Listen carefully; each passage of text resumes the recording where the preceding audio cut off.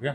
चलो myself Gulez Ahmed, this is my channel Gulez excellent classes. और आज हम आप लोगों के लिए लेक्चर 11 करेंगे बायोमोलिक्यूल्स का, जिसमें आज हमारा गोल होगा क्या होगा, क्या क्या गोल है, गोल्स है ठीक, क्या क्या गोल है। Classification and nomenclature of enzyme, जो हम प्रीवियस लेक्चर में स्टार्ट किए थे, उसको आज करना है पूरा। फिर कोफैक्टर को पूरा करना है। फिर कार्बोहाइड्रेट यानी पॉलीसेकेराइड भी हमको शुरू करना है। एटलीस्ट कार्बोहाइड्रेट्स पूरा तो नहीं हो पाएगा, लेकिन हाँ स्टार्ट हो जाएगा। चीजें हम डेफिनेशन पे बात तो कर लेंगे, कुछ बातें। समय स्टार्ट करना है क्या आज, classification and nomenclature of enzyme. पहला टॉपिक आज का यही है। जो लोग चैनल पर नए हैं प्लीज सब्सक्राइब करें और वीडियो पसंद आने पे इसे लाइक करें प्लीज। अरे मैं यह ना स्टार्ट ही नहीं कर पाता इस बात को लेके। चलो हम क्या पढ़ने वाले हैं आज। हमें पहले क्लासिफिकेशंस ऑफ एंजाइम्स, सबसे पहले क्लासिफिकेशंस हम एंजाइम्स हमने कल करा भी था, इसको हम लोगों ने कल करा भी था इसको। Classifications of enzyme.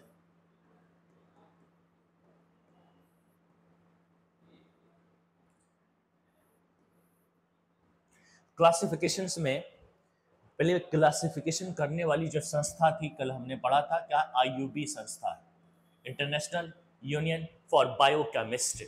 International union for biochemist. इसने एंजाइम को 6 कैटेगरी में बांटा है, 6 कैटेगरी में बांटा है और 13 सब कैटेगरी में बांटा है। लेकिन हमको 13 सब कैटेगरी के बारे में नहीं मालूम करना, नहीं जानना है। 6 कैटेगरी यानी 6 क्लास है, उसके बारे में हमें पता करना है। क्लास कितना हो रहा है अपने पास, 6 क्लास है एंजाइम की, 6 क्लास है। क्लास फर्स्ट है, क्लास सेकंड है, ठीक है, क्लास थर्ड है, इस तरह करके 6 पार्ट्स है। क्लास थर्ड है, क्लास फोर्थ है, class fifth, class sixth, 6 class है। और इसको याद करने का तरीका मैंने बताया था, हमें क्या याद करना पड़ेगा, ओथ लिल, ओथ लिल एक कोड है जिसे आपको याद रखने में मदद मिलेगी। ओथ लिल याद रखोगे तुम यहाँ पे। ओ से है ऑक्साइडो रिडक्टेस, ऑक्साइडो रिडक्टेस। क्लास सेकंड जो टी से है वो है ट्रांसफरेस, ट्रांसफरेस। एस से है यहां पे हाइड्रोलेस,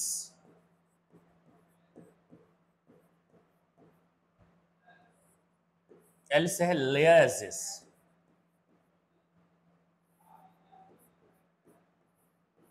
आइसोमरेस,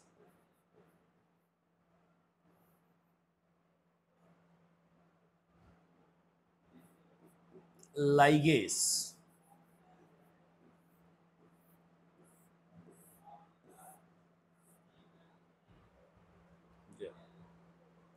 ये सारी बातें, ये सारी बातें, ये सारे क्लास है, हम सारे क्लास है, इनके बारे में हमें बात करें। जैसे क्लासिफिकेशन हो गया, अब हमने नोमेनक्लेचर और क्लासिफिकेशन हो गया। 6 क्लास है, 13 सब कैटेगरी है, 6 क्लासेस का नाम ये है। अब हमें एक एक करके इस एंजाइम का रोल पढ़ना है। हमें इन सब का क्या पढ़ना है, रोल क्या करता है, क्या क्या करता है, ये सब का रोल पढ़ना है, हमें रोल पढ़ना है हमको।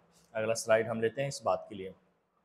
रोल, रोल में हमें क्या पढ़ना है, सबसे पहले हम बात किसकी कर रहे हैं, ऑक्साइडो रिडक्टेज। फर्स्ट क्लास है अपना क्लास ऑक्साइडो रिडक्टेज, और ऑक्साइडो रिडक्टेज के बारे में एनसीईआरटी क्या बोलता है वही हम बात करेंगे, जो एनसीईआरटी में है।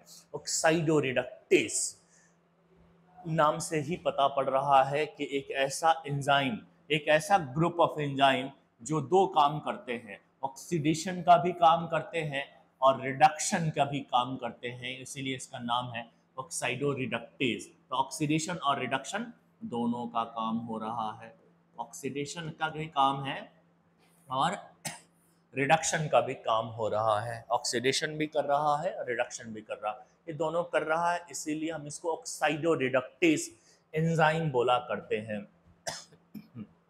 ऑक्साइडो रिडक्टेज एंजाइम बोला करते हैं, इसीलिए हम इसको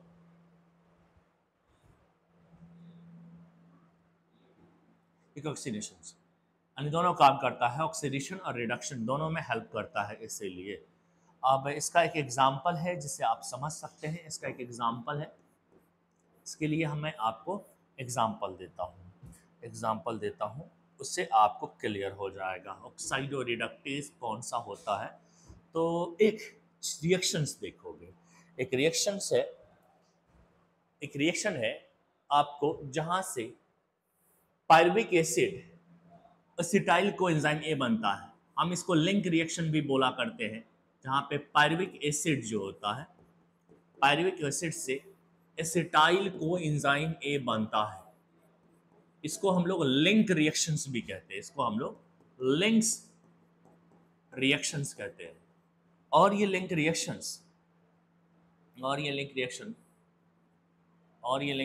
से क्या हो रहा है, और ये लिंक रिएक्शन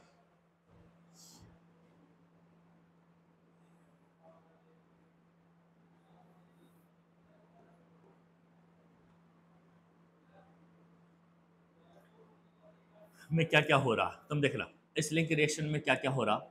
एक ऑक्सीडेशन हो रहा है जिसकी वजह से चीजें, माफ करना दिमाग इधर उधर चला जाता है, जिसकी वजह से pyruvic acid acetyl coenzyme A बनता है। जब ऑक्सीडेशन होता है, यहाँ से निकलेगी क्या, एक कार्बन डाइऑक्साइड निकल जाती है, ऑक्सीडेशन होता है और यहाँ से कार्बन डाइऑक्साइड निकल जाती है, इसीलिए हम इसको ऑक्सीडेटो क्या कहते हैं इसको, ऑक्सीडेटिव डीकार्बोक्सिलेशन कहते हैं। ऑक्सीडेशन के साथ डीकार्बोक्सिलेशन हो रहा है तो ऑक्सीडेटिव डीकार्बोक्सिलेशन कहते हैं। इस लिंक रिएक्शन का दूसरा नाम ऑक्सीडेटिव डीकार्बोक्सिलेशन है। वहां पे हम लोग प्लांट फिजियोलॉजी में पढ़ेंगे, जब हम रेस्पिरेशन पढ़ेंगे वहां पे हम पढ़ेंगे कि पायरुविक एसिड से एसिटाइल कोएंजाइम ऐसे ही नहीं बनता, इसके लिए एक ऑक्सीडेशन होता है और ऑक्सीडेशन के साथ कार्बन डाइऑक्साइड निकलता है, ऑक्सीडेटिव डीकार्बोक्सिलेशन कहते हैं। लिंक रिएक्शन भी इसका एक नाम है, ऑक्सीडेटिव डीकार्बोक्सिलेशन। ऑक्सीडेशन हुआ और कार्बन डाइऑक्साइड रिमूव हो गया, डीकार्बोक्सिलेशन। लेकिन लॉट ऑफ एनर्जी यहाँ पे रिलीज होता है, तो कुछ एनर्जी जो होती है वो एनर्जी का इस्तेमाल जो होता है वो इस काम के लिए हो जाता है, NAD प्लस से NADH बन जाता है। अब ये ऑक्सीडेशन है, यहाँ से निकलती है एनर्जी, ऑक्सीडेशन हो गया और फिर एनर्जी खर्च करके एक और रिएक्शंस हो रहा है जहाँ से NAD प्लस जो है NADH बन रहा है, एक रिडक्शन हो रहा है। ये रिडक्शन है, ये ऑक्सीडेशन है, ये एक तरह का रिडक्शन है, ऑक्सीडेशन है।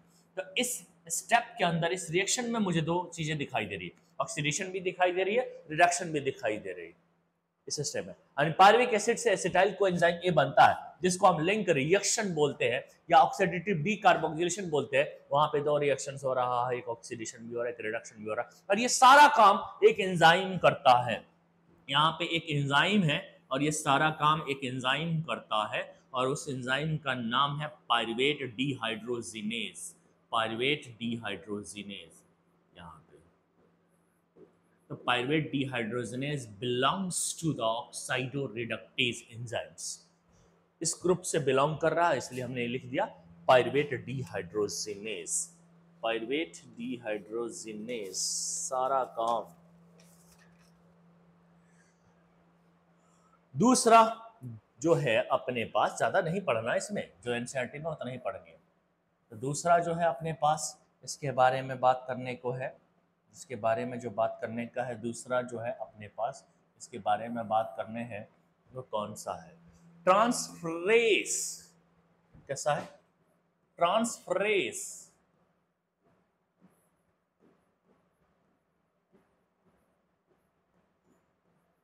एक ग्रुप है, ये भी एक क्लास है, ये भी एक ग्रुप है, सेकेंड क्लास है।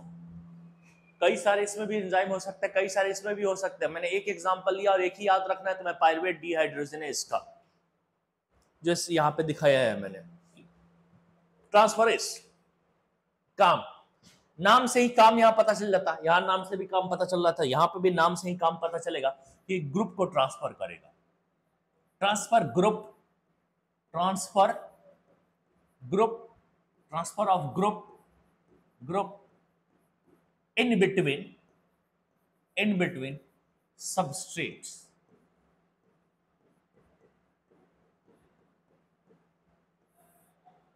Substrate. Transfer of group in between substrate.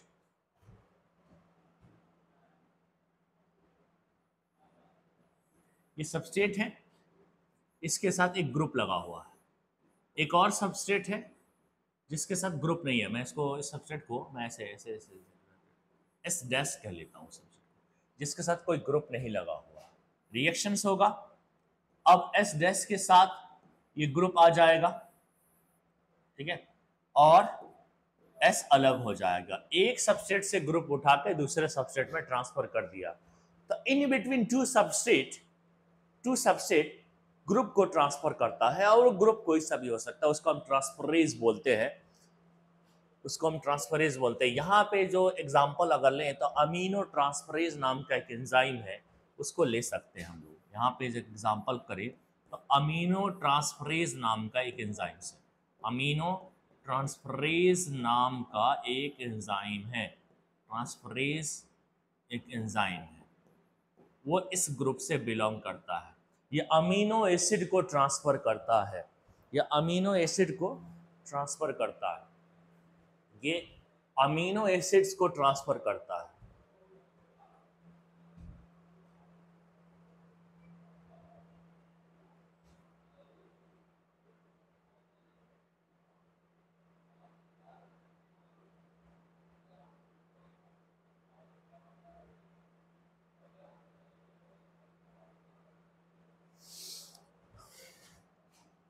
क्या करता है? ट्रांसफर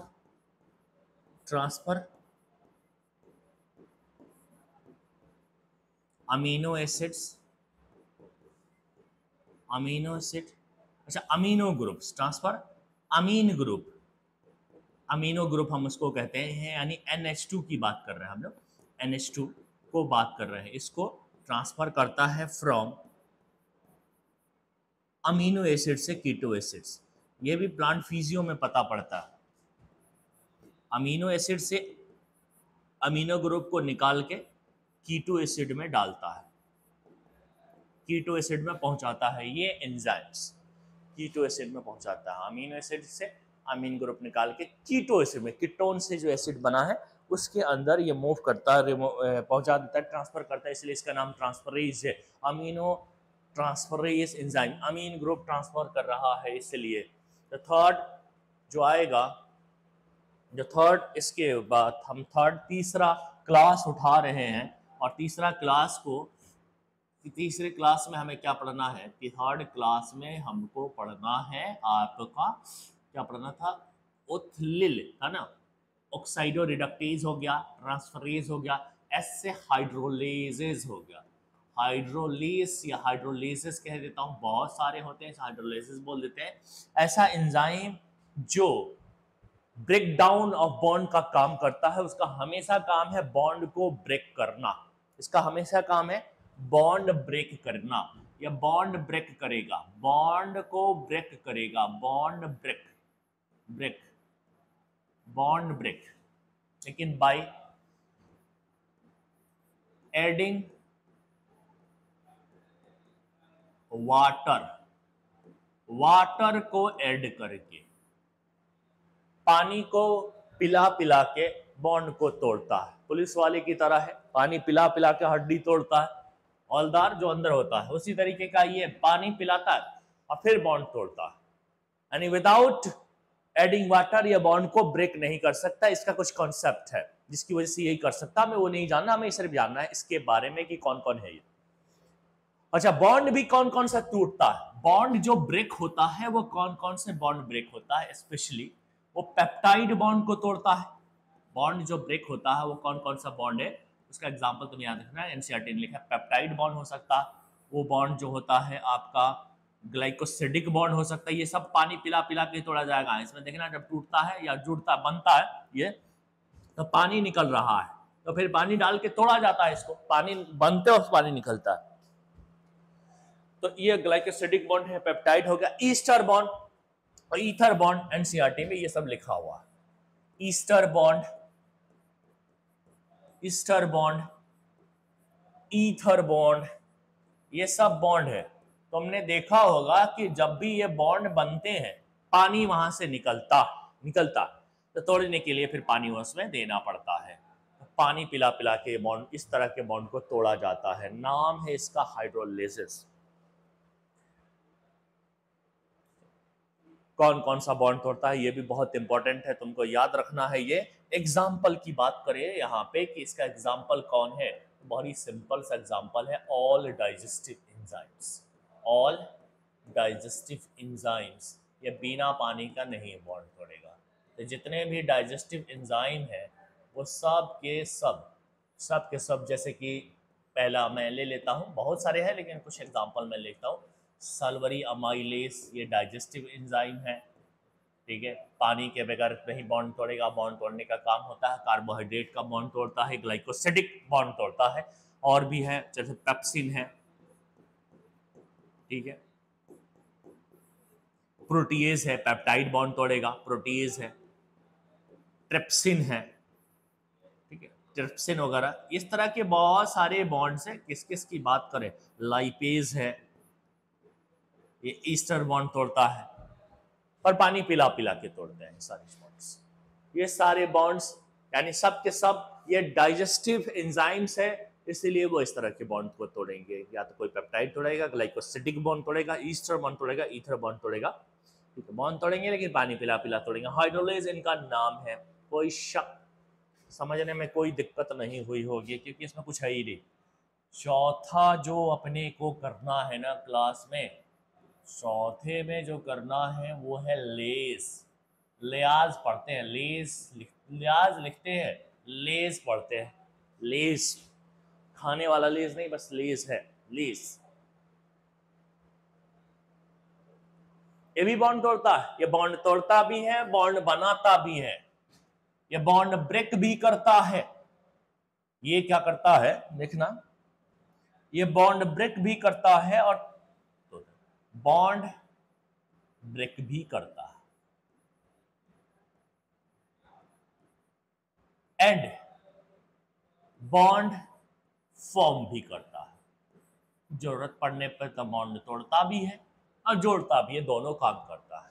हाँ, लेकिन ये बॉन्ड पानी की मदद से नहीं तोड़ता है, विदाउट एडिंग वाटर बॉन्ड तोड़ता है, लेकिन विदाउट एडिंग वाटर, पानी की आवश्यकता नहीं होती है तोड़ने के लिए, एडिंग H2O, ठीक है।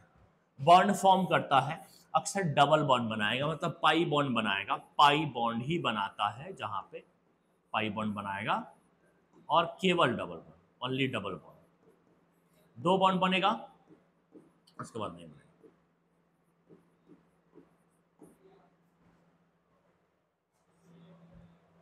डबल बॉन्ड इंट्रोड्यूसिंग एंजाइम के नाम से भी ये जाना जाता है, double bond introducing enzyme, bond break and introduce double bond introducing enzyme के नाम से भी ये जाना जाता है। ऐसा वाला केसेस होगा एनसीईआरटी के अंदर, तुम देखोगे तो इस तरह का होगा, जैसे कि मान लिया कि ये दो कार्बन है, इसके ऊपर ग्रुप लगे हुए हैं ऐसे, एक के ऊपर X लगा हुआ है, दूसरे के ऊपर Y लगा हुआ है। तो ये क्या करता है, इनको तोड़ता है, इनको तोड़ देता है। तोड़ने के बाद जो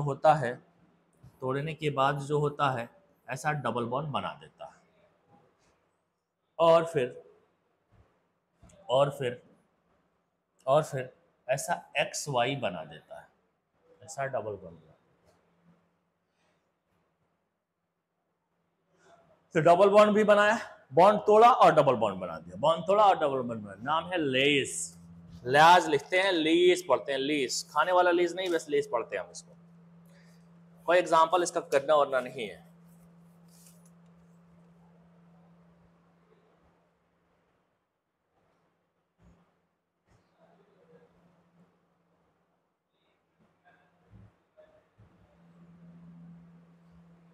चलो, जितना एनसीईआरटी में है उतने की हम बात करेंगे। 4 हो चुके हैं, 2 और बचे हैं। 2 क्या बचा, एक तो आइसोमरेज बचा हुआ है, दूसरा लाइगेज बचा हुआ है। तो आइसोमरेज और लाइगेज भी देख लेते हैं साथ में। आइसोमरेज बचा हुआ है और लाइगेज बचा हुआ है। तो जो फिफ्थ है फिफ्थ आइसोमरेज बचा हुआ है,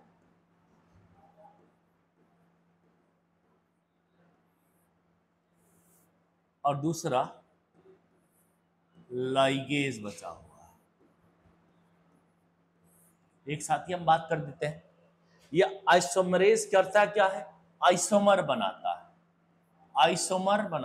आइसोमराइज of some important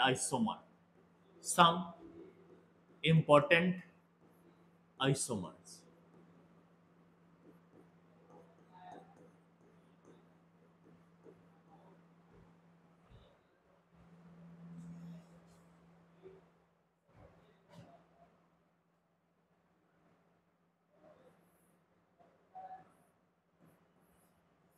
कौन कौन सा? पोजिशनल आइसोमर,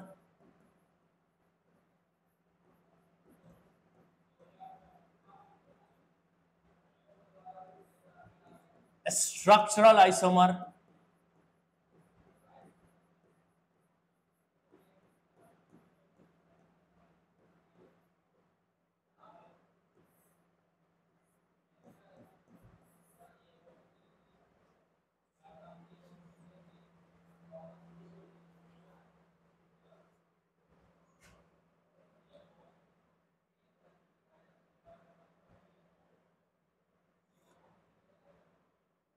चेन आइसोमर शायद नहीं चेन करता नहीं है, तो जो करता वही ऑप्टिकल आइसोमर, ज्योमेट्रिकल नहीं, ऑप्टिकल आइसोमर।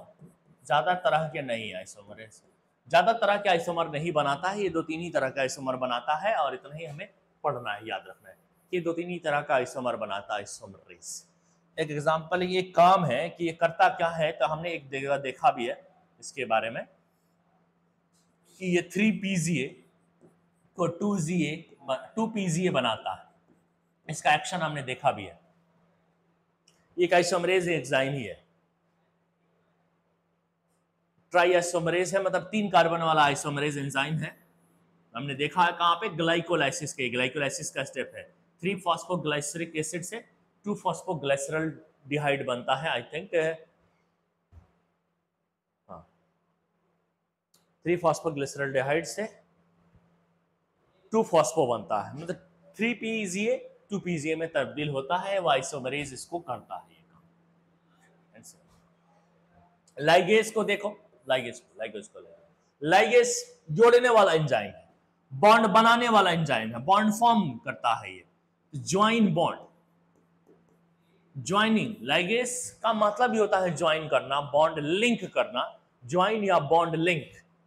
ज्वाइन बॉन्ड को ज्वाइन करता है, यानी बॉन्ड बनाता है, ऐसे समझ लो।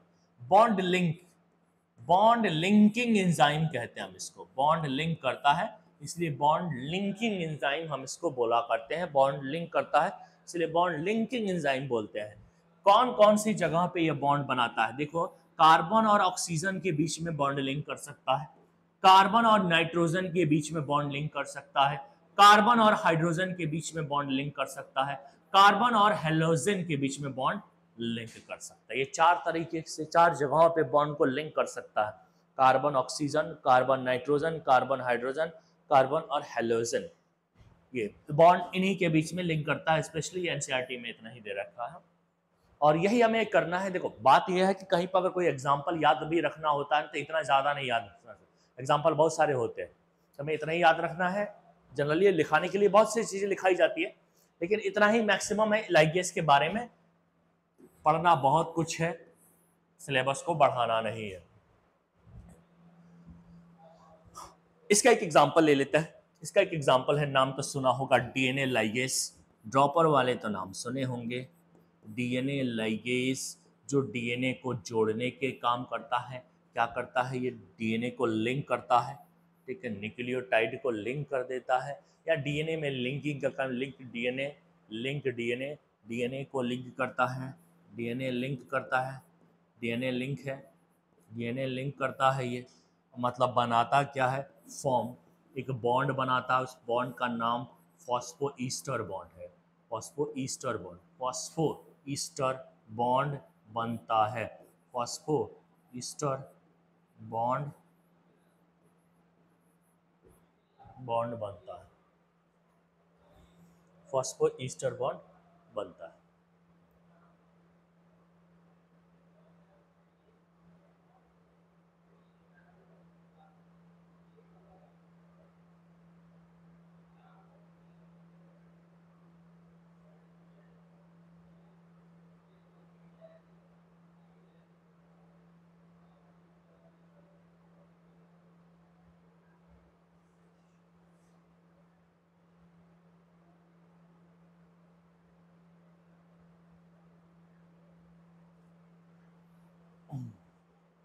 तो ये 6 तरह के एंजाइम थे, एंजाइम के 6 क्लास थे, हम 6 के नाम उनके काम जान चुके हैं, ज़्यादा इसमें कुछ करना नहीं है, इतने ही काफ़ी है। देखो इसमें तुम एनसीईआरटी को पढ़ के देखो, अब ये एनसीईआरटी को पढ़ के देखो,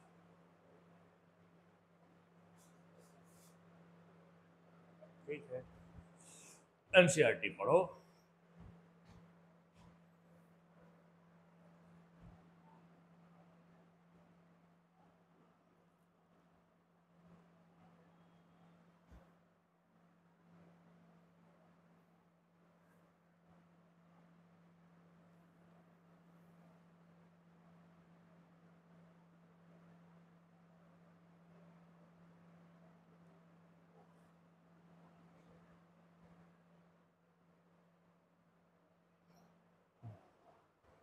ठीक है, दिख रहा? ठीक है, थोड़ा दिख रहा होगा, और बड़ा कर देते हैं।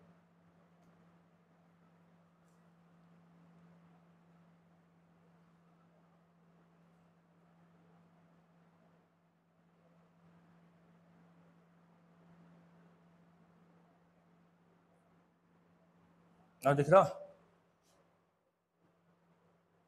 नहीं, ज़्यादा ये धुंधला हो जा रहा है।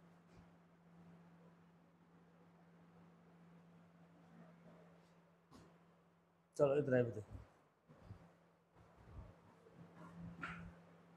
चलो पढ़ो, रीड कर लो। सबसे पहले अब क्लासिफिकेशन नोमेनक्लेचर ऑफ एंजाइम की बात कर रहा हूँ, देख लो कई बकवास लिखा हुआ है, thousands of enzyme have been discovered, ठीक है, एंजाइम तो हजारों डिस्कवर हुआ है, आइसोलेट किया गया है कहीं ना कहीं, और उसके बारे में स्टडी भी की गई है।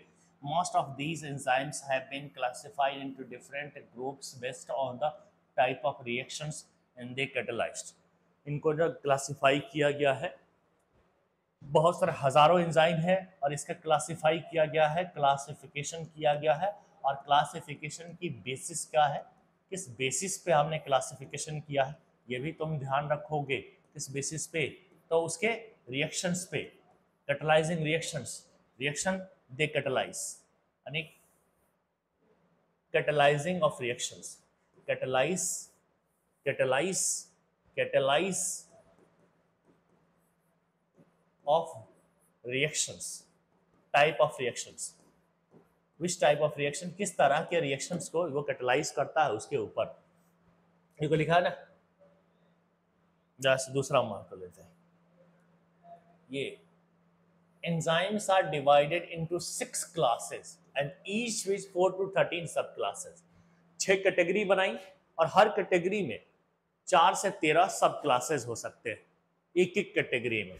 देखो 6 क्लास लिया, 6 क्लास बनाया, और हर एक क्लास में, ईच क्लास में, हर क्लास में जो है सब क्लास कितने हो सकते हैं, तो 4 से 13 सब क्लास होते हैं।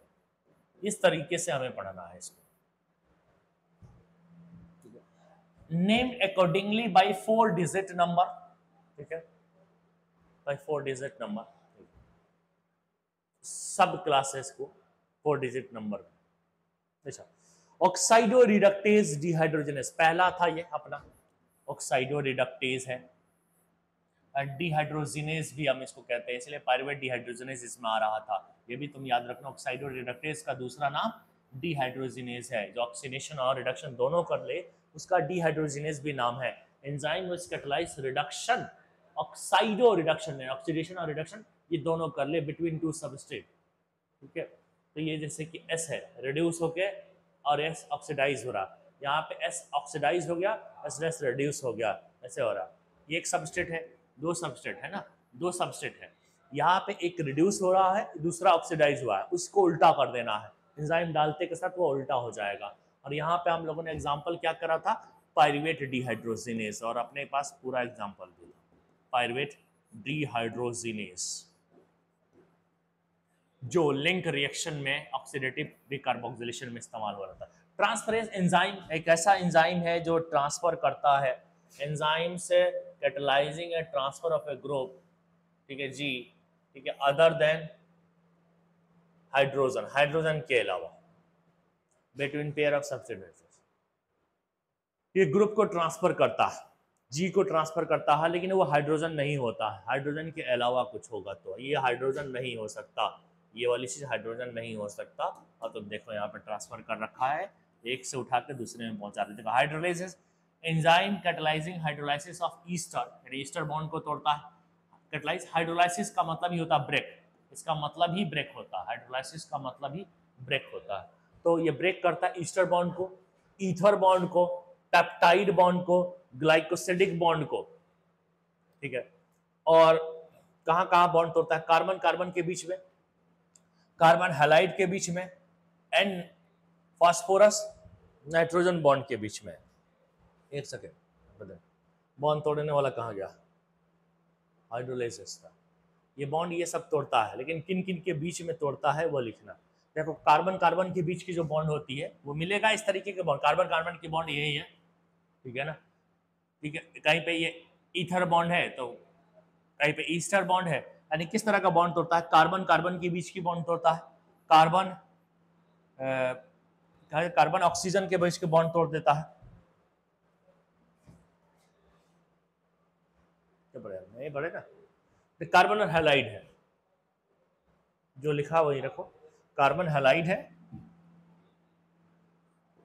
ये फर्स्ट ईस्टर बॉन्ड में तुम कैसे आओगे, तो ईस्टर बॉन्ड में तुम देखोगे तो नाइट्रोजन और फास्फोरस के बीच में बॉन्ड टूट रहा होगा, ये सब बॉन्ड को तोड़ता है।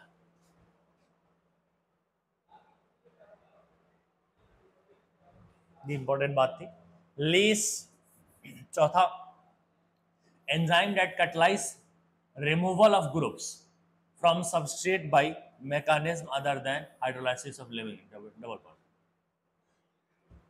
बिना हाइड्रोलाइसिस किए ही वो किसी ग्रुप को रिमूव कर देता है, यानी बॉन्ड तोड़ देता है। ये एक्स एक ग्रुप है, इसको तोड़ के अलग कर देता है, इसको तोड़ के अलग कर देता है बिना हाइड्रोलाइसिस के। क्या लिखा था, call enzyme that catalyse removal of group, group को कैटलाइज करता है, रिमूव करने का काम करता है, फ्रॉम सबस्ट्रेट, सबस्ट्रेट से निकाल दिया, by mechanism, by mechanism other than hydrolysis, कोई ऐसा दूसरा कोई मैकेनिज्म होगा, फ्री रेडिकल मैकेनिज्म होता है जहां पे पानी की कोई आवश्यकता नहीं होती है, ठीक है।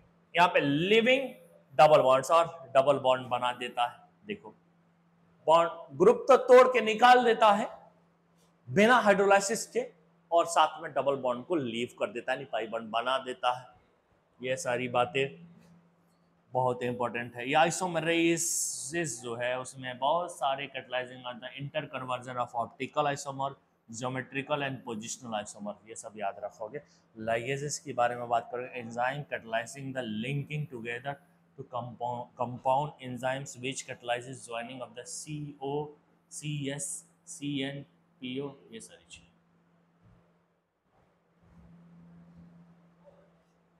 ये देखो हमने ये पूरा पढ़ लिया है, तब हटाओ इसको।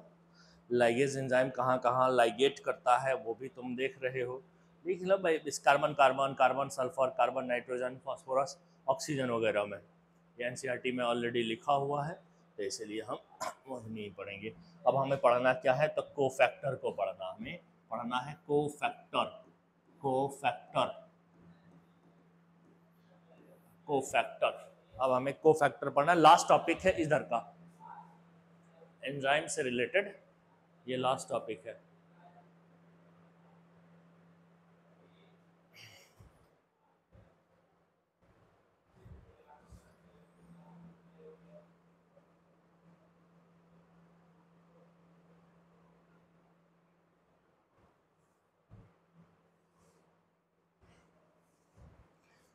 कोफैक्टर्स, अब इसमें मेनी एंजाइम्स, बहुत सारे, एक बात कह रहा हूं, इसमें एक बात कहने जा रहा हूं, सुनना पड़ेगा। मेनी एंजाइम्स वर्क या catalyse the reaction without any requirement, बिना किसी की सहायता के ही ज्यादातर एंजाइम जो होते हैं अपने रिएक्शन को कैटलाइज करते हैं, अपना काम करते हैं। Many enzyme work as a catalysing, at a catalysing power उनके पास होता है, लेकिन किसी की जरूरत नहीं पड़ती। Many enzymes work as catalysed without any requirement. पहला लाइन तो इसके बारे में यही लिखना है कि many enzymes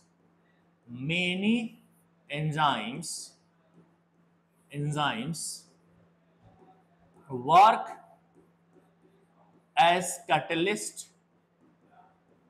without any requirement, बिना किसी रिक्वायरमेंट का होता है, without any requirement, without any requirement, without any requirement. Many enzymes work as catalyst without any requirement, without any requirement, without any requirement, without any requirement, बिना किसी की जरूरत। But some enzymes require cofactor, लेकिन कुछ ऐसे हैं जिनको जरूरत पड़ेगी, ज्यादातर को तो नहीं पड़ती किसी भी जरूरत, किसी की सहायता के बगैर ही वो अपने रिएक्शन को कैटलाइज कर देते हैं। लेकिन कुछ हिस्से बट मैं कह रहा बट सम एंजाइम्स रिक्वायर्स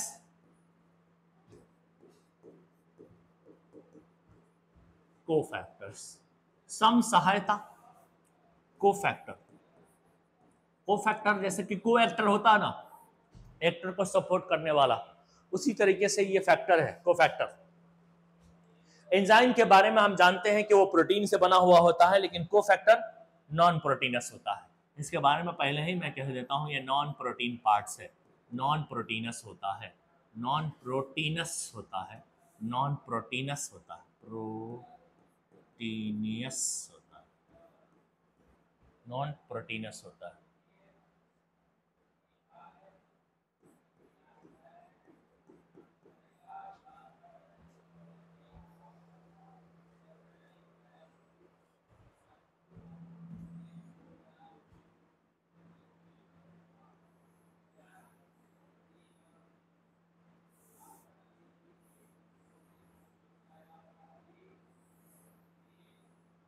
ये है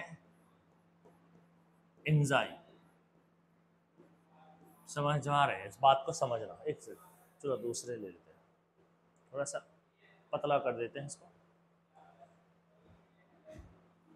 इसको। ये मेरे पास एक एंजाइम है, ये एक्टिव साइट है, और इसको मैं कह रहा हूं एक एंजाइम है। और एंजाइम हमेशा कैसा होता है, प्रोटीन का पार्ट होता है, तो इसको मैं प्रोटीनियस करता हूँ, प्रोटीनियस पार्ट है ये एक तरीके का। और इसको जरूरत पड़ जा रही है, इसको जरूरत पड़ जाती है किसी कोफैक्टर की, और यहां पे मैंने बना दिया एक कोफैक्टर, ये है एक कोफैक्टर, इसको मैं कह रहा हूं ये कोफैक्टर है, कोफैक्टर। ये नॉन प्रोटीनस पार्ट्स है, ये कैसा है, नॉन प्रोटीनस पार्ट्स है, नॉन प्रोटीन पार्ट्स है, प्रोटीनियस पार्ट है,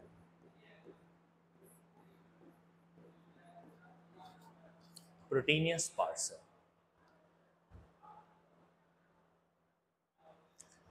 दोनों कंबाइन होंगे तो ही काम करेंगे, लाइक इस तरीके से दोनों जब एक दूसरे के साथ मिल जाएंगे तभी ये काम हो पाएंगे, क्योंकि इस एंजाइम के पास इतनी औकात नहीं है कि इसके बगैर ही वो अपना रिएक्शन को कैटलाइज कर दे।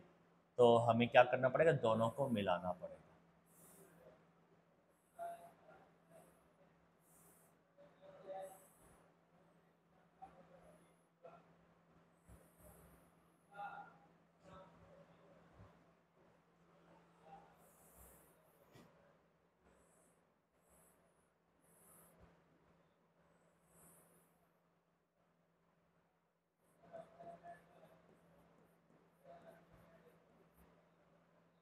ये एंजाइम है, इसके ऊपर ये कोफैक्टर आ गया, कोफैक्टर आ गया, दोनों मिल गए।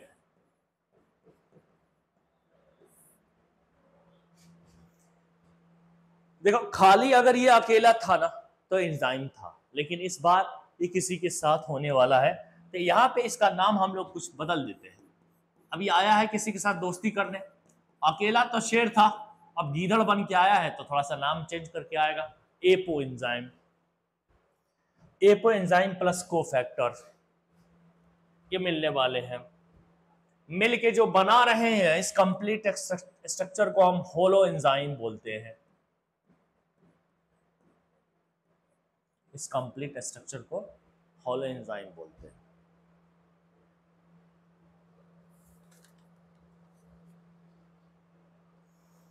तो कई बार क्वेश्चन भी आया है होलो एंजाइम बराबर क्या होता है।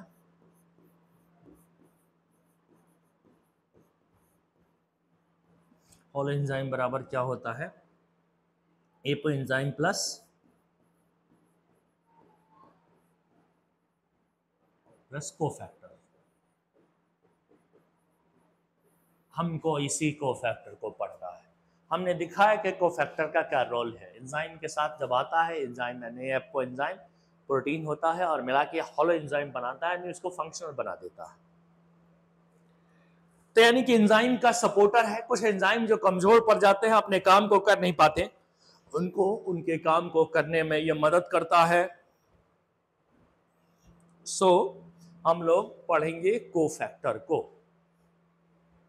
कोफैक्टर दो तरीके का होता है, एक इनऑर्गेनिक कोफैक्टर होता है, ऑर्गेनिक, यानी क्लासिफिकेशन ऑफ कोफैक्टर देखते हैं हम लोग। Inorganic cofactor and organic cofactor.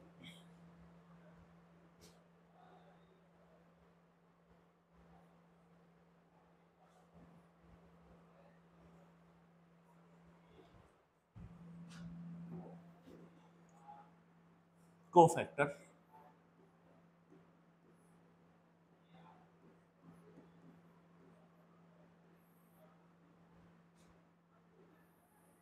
दो तरीके का होगा,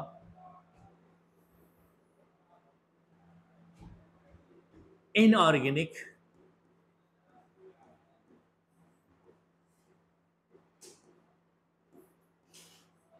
और दूसरा होता है ऑर्गेनिक।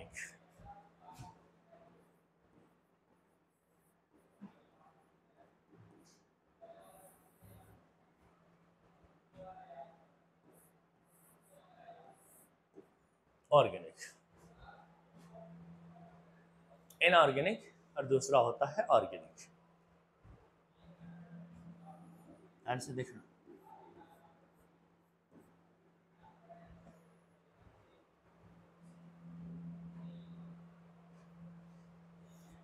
इसमें जो एग्जाम्पल होंगे ना, एक तरीके का है क्या ना, मेटल आयन है, कुछ और नहीं, एक तरीके के मेटल आयन है, इनऑर्गेनिक मेटल आयन। और जो एग्जाम्पल हमको याद रखना है, देखो इसमें एग्जाम्पल वो ज़्यादा नहीं है, बस कर लेंगे हम। मैग्नीशियम 2 प्लस सबसे पहला एग्जाम्पल अपने पास है, Mg2 प्लस,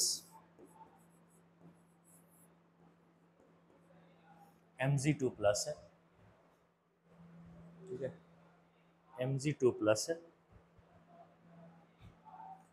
ये कुछ एंजाइम का सहारा बनता है, बहुत सारे एंजाइम का, तुम्हें पता चलेगा राज की बात।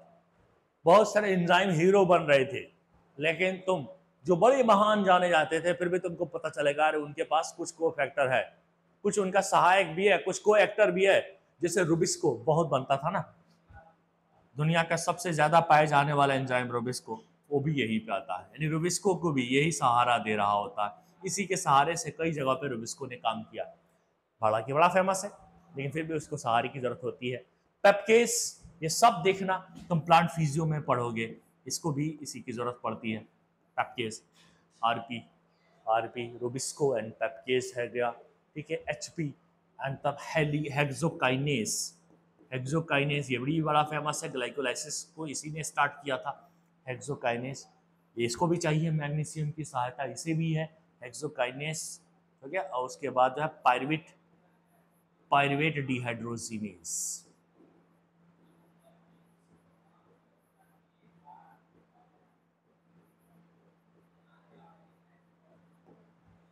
तुमको पता पड़ रहा है बहुत सारे ऐसे एंजाइम थे जो बहुत बनते थे, आपको पता चला कि ये मैग्नीशियम के सहारे करते हैं। बड़ा महान महान नाम है, देख रहे हो, rubisco, pepcase, hexokinase, pyruvate dehydrogenase, magnesium के मैग्नीशियम इसका कोफैक्टर है, मतलब मैग्नीशियम के सहारे काम करते हैं।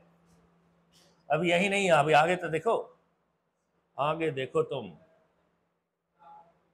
जब आगे तुम देखोगे तो क्या देखोगे, क्या देखोगे?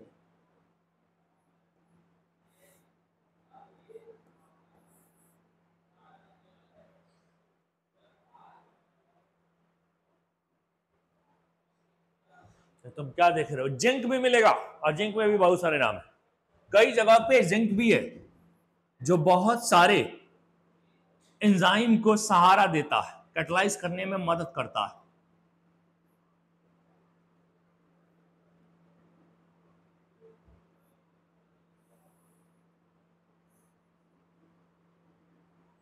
जैसे कि कार्बोनिक एनहाइड्रेस,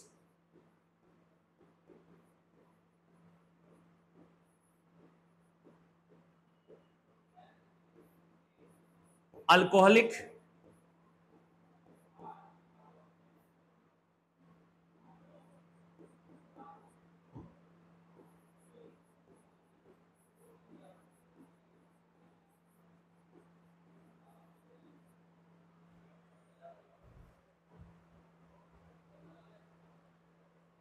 कार्बोक्सी पेप्टाइडेस,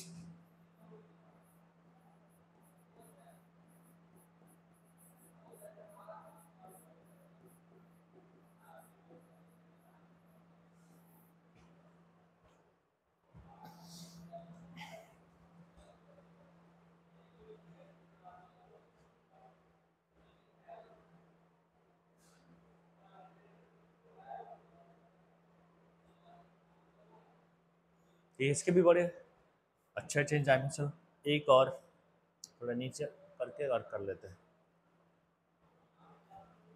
तीसरा जो है यहाँ पे, एक तो आयरन है और साथ में मोलिब्डेनम है, ये दोनों मिलके दो एंजाइम को सहारा देते हैं, दोनों मिलके। एक को कह रहा हूं नाइट्रोजीनेस,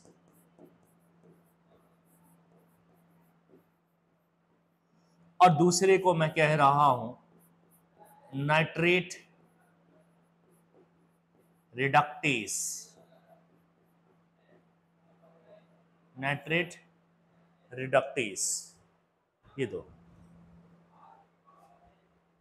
लेकिन बात है कि मोलिब्डेनम अकेले भी, मैंने आयरन तो करता है मिलकर, नहीं, मैं आयरन इसको भी कर सकता है, इसको भी कर सकता है, लेकिन मोलिब्डेनम जो है सिर्फ इसको कर सकता है।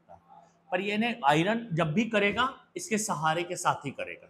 मोलिब्डेनम अकेले अपने दम पे नाइट्रेट रिडक्टेज चुपे चुपे से कर लेता है, उसको भी सहारा दे देता है।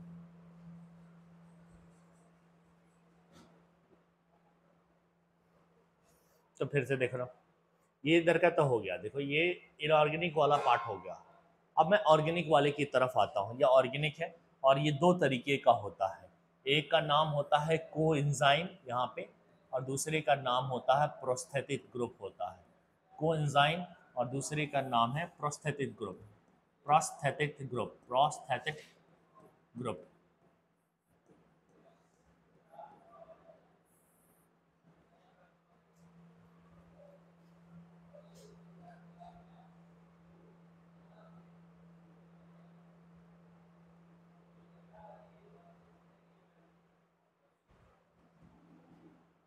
ये क्या है?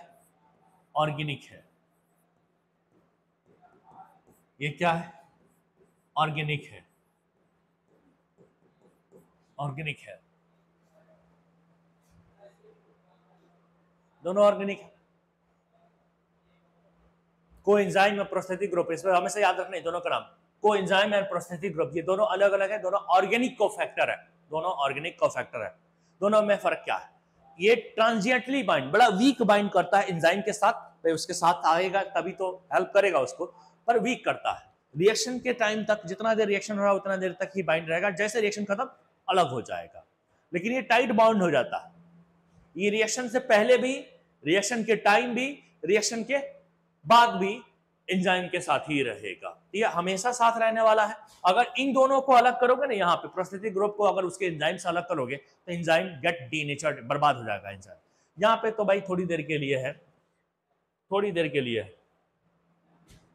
थोड़ी देर के लिए है। और ये क्यों फैक्टर क्या कहता, बाइंड ट्रांजिएंटली, ट्रांजिएंटली एक खास टाइम के लिए बाइंड करेगा ड्यूरिंग रिएक्शन वाली, केवल रिएक्शन के दौरान ही करेगा, केवल रिएक्शन के दौरान, केवल रिएक्शन के दौरान। रिएक्शन के लिए जब एंजाइम आया है, एंजाइम है ये, रिएक्शंस के लिए आया है तो करेगा, आएगा ये कोफैक्टर यहाँ पे आएगा, ये को एंजाइम मैं इसको कह रहा हूँ, इसको को एंजाइम मैं कह रहा हूँ, इसको को एंजाइम कह रहा हूँ मैं इसको। ये आएगा, बाइंड करेगा, रिएक्शन हो जाएगा, बाहर चला जाएगा, रिएक्शन हो जाएगा, बाहर चला जाएगा। इस तरीके से इसका काम है। और कोएंजाइम है क्या, डेरिवेटिव ऑफ विटामिन। इससे विटामिन डिराइव होता है, यही विटामिन से ही डिराइव होकर आता है, विटामिन ही बनाता है, सॉरी विटामिन से बना है। विटामिन अलग अलग तरीके के विटामिन से बना हुआ है। कोएंजाइम्स, कोएंजाइम्स के बारे में हम बोलते हैं डेरिवेटिव ऑफ विटामिन, एक लाइन हम बोलते हैं इसके बारे में कि ये डेरिवेटिव ऑफ विटामिन होता है, डेरिवेटिव ऑफ विटामिन है ये, डेरिवेटिव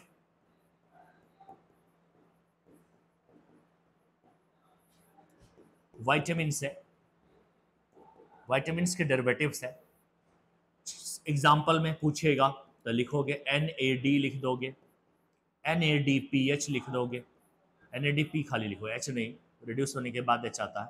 और FAD ये सब पढ़ते हो कहीं ना कहीं, एनर्जी करेंसी के रूप में ये काम आता है।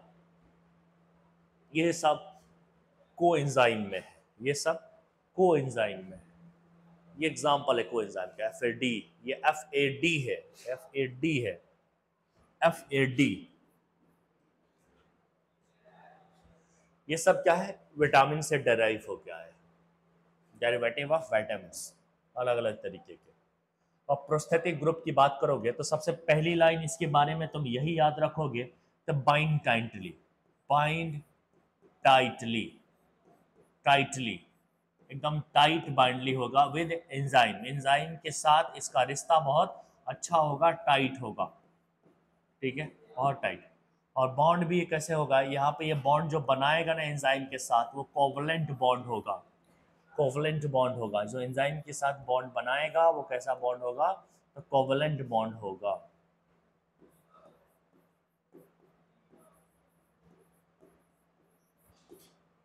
कोवलेंट बॉन्ड बनाएगा।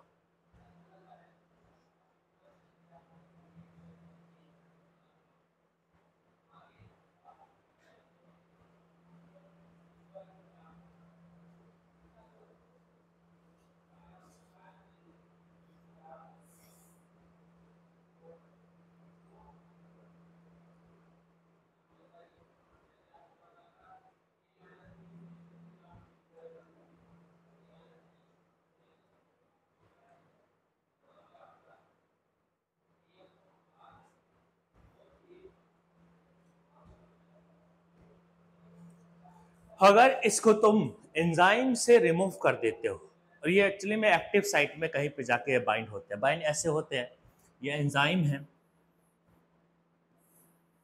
और यहाँ पे ये बाइंड होते हैं इधर सपोर्ट के लिए। उस एक्टिव साइट से अगर तुम इसको रिमूव कर दोगे, अगर मान लिया तुमने रिमूव कर दिया इसको एक्टिव साइट से, अगर तुम इसके एक्टिव साइट से रिमूव कर दिया, if you remove from active sites, अगर तुम एक्टिव साइट से रिमूव कर दिए, active sites, enzyme get denatured, वह एंजाइम जो होगा वो डीनेचर्ड हो जाएगा, खराब हो जाएगा, डीनेचर्ड हो जाएगा, एंजाइम खत्म हो जाएगा, खराब हो जाएगा, डीनेचर्ड हो जाएगा।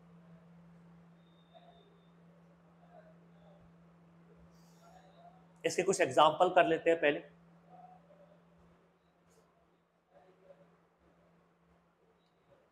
इसके कुछ एग्जाम्पल कर लेते हैं।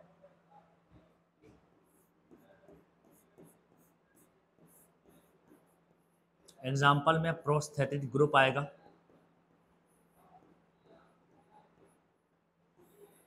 प्रोस्थेटिक ग्रुप,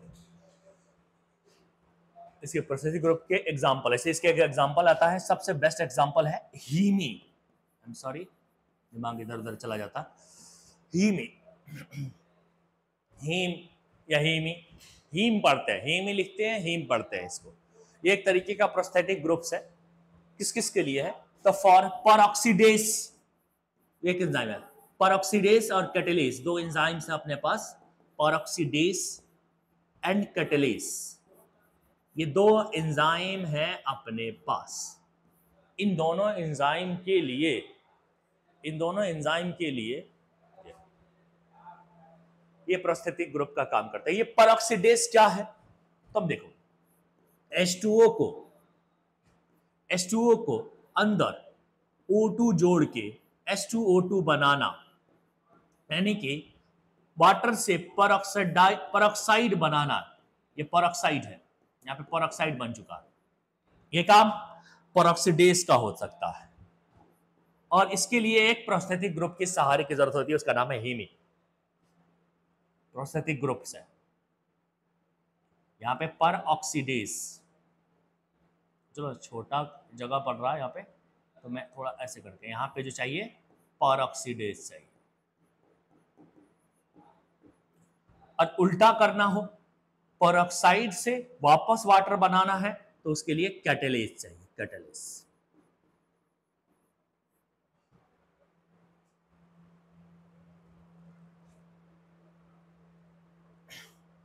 अगर तुम हीमी जैसे प्रोस्थेटिक ग्रुप से अगर तुम परऑक्सीडेज से हीमी को रिमूव करते हो, रिमूव कोएंजाइम या प्रोस्थेटिक ग्रुप हीमी, तो अगर तुम परऑक्सीडेज से रिमूव करते हो तो परऑक्सीडेज का जो काम है वो काम खत्म हो जाएगा। इतना ही पढ़ना है हमें कोफैक्टर के बारे में, जो नीट में पूछा जाएगा वो इसके अंदर से ही पूछा जाएगा, इतना ही पूछा जाएगा, इससे ज्यादा कुछ नहीं पूछा जाएगा।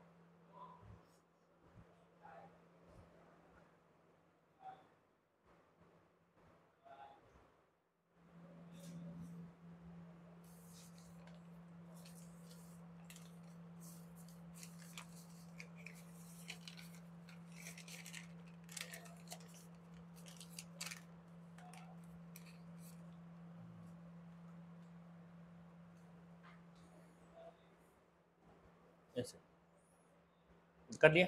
तब देखो, अब एनसीईआरटी को थोड़ा सा रीड करने की कोशिश करते हैं हम, यहाँ से कोफैक्टर के वाले पोर्शन से एनसीईआरटी को रीड करते हैं। तो फिलहाल आ रहा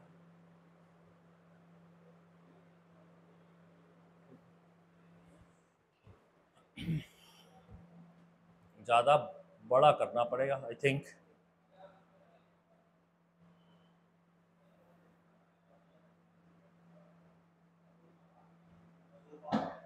दो पार्ट है, खैर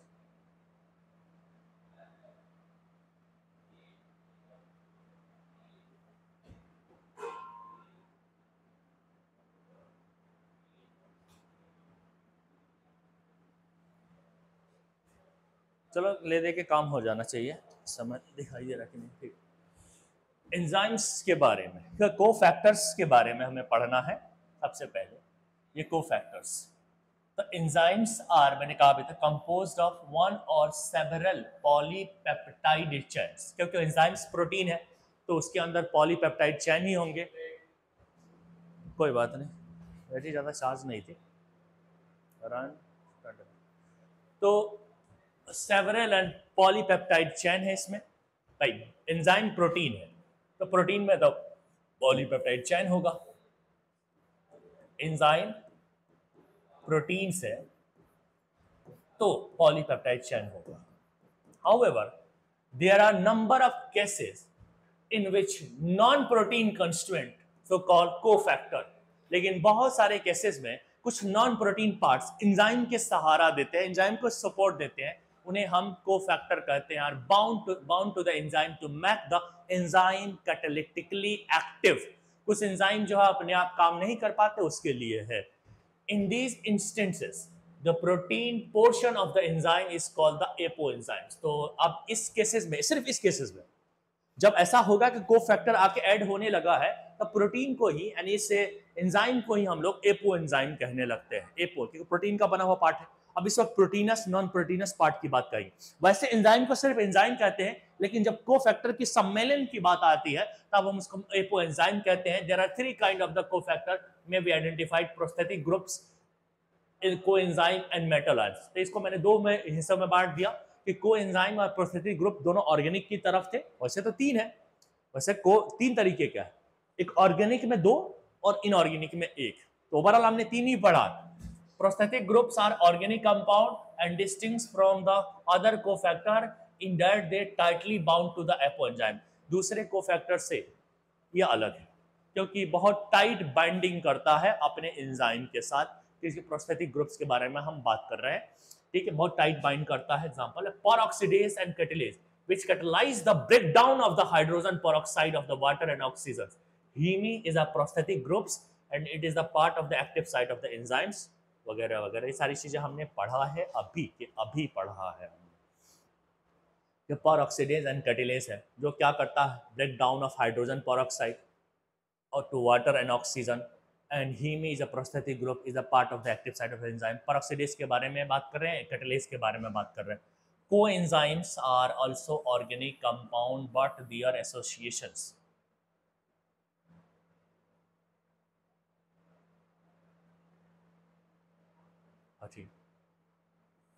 but their association with the apoenzymes is transiently। लेकिन अगर कोएंजाइम के बारे में है तो बड़ा वीक बॉन्ड बना रहा है और ट्रांजिएंट बाइंडिंग हो रहा है। Usually occur during the of course of the catalysis, जिस वक्त रिएक्शन चल रहा है बस उसी टाइम वो जुड़ा रहेगा। Furthermore coenzyme serve as a cofactor. उसके अलावा जो बस एज ए कोफैक्टर वो अलग रहेगा, सिर्फ उसको कोफैक्टर के रूप में हम जान सकते हैं, हॉलो एंजाइम के फॉर्म में वो नहीं रहेगा। In a number of different enzyme catalyse the reaction. These essential chemical components of the coenzyme vitamins, coenzyme के निकोटीन, एडेनिन, डाइन्यूक्लियोटाइड, ये जो हमने NAD बताया था ना कि एग्जाम्पल कोएंजाइम का, इसका फुल फॉर्म है, ये एक तरीके का क्या है, ये कोएंजाइम है और कोएंजाइम में इसका फुल फॉर्म है nicotine, amide, adenine, dinucleotide, adenine dinucleotide और NADP, और इसमें फॉस्फेट डाल दो तो NADP हो जाएगा। NADP, NAD और NADP ये पढ़े ना, उसके बाद फॉस्फेट ग्रुप और जोड़ दो तो NADP बन जाएगा। कंटेन कंटेन, इसमें जो है ना नियासिन होता है, कंटेन नियासिन, ये भी याद रखना है, नियासिन कंटेन नियासिन, ये इंपॉर्टेंट बात है, ये वाली मिलाई। In number of enzymes require metal ions, बहुत सारे एंजाइम है जिन्हें मेटल आयन चाहिए। वह इनऑर्गेनिक कोफैक्टर होगा, their activity which form the coordination bond with side chain and the active side and the same time form one और more coordination bond with the substrate. Zinc is a cofactor for the proteolytic enzymes carboxypeptidase. बाकी भाई सही से crucial role and catalytic activity वगैरह सब कुछ हमने यहाँ तक पढ़ लिया। बहरहाल टाइम खत्म हो गया। कल हम लोग स्टार्ट क्या करेंगे भाई, पॉली हाइड्रोक्सी मतलब कि पॉलीसेकेराइड पे हमें कल बात करनी है। आज ही बात करना शुरू करना था लेकिन NCERT वगैरह मिला के थोड़ा टाइम लग जाता है। पॉलीसेकेराइड की बात हम इसको करनी है। ओके।